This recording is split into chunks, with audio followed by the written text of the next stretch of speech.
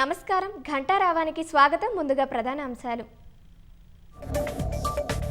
ఎగువ నుంచి మున్నేరు వాగు వచ్చి చేరుతున్న వరద, లోతట్టు ప్రాంత ప్రజలు అప్రమత్తంగా ఉండాలని హెచ్చరికలు.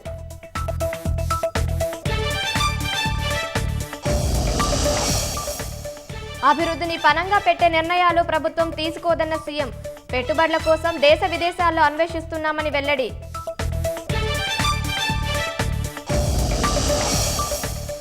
కృష్ణా గోదావరి జలాల్లో రాజీపడే ప్రసక్తే లేదన్న రేవంత్ రెడ్డి. రాష్ట్ర వాటా సాధించే వరకు బెదిరింపులకు లొంగేది లేదని స్పష్టీకరణ. దేశంలో చొరబాటుదారులను ఏరివేయడానికి మిషన్ సుదర్శన్ చక్ర. 10 ఏళ్లలో పటిష్టమైన రక్షణ కవచం నిర్మిస్తామని ప్రధాని ప్రకటన. అమెరికా ఒత్తిళ్లకు తలొగ్గబోమన్న ప్రధాని నరేంద్ర మోదీ. రైతుల ప్రయోజనాలపై రాజీ పడబోమని స్పష్టీకరణ.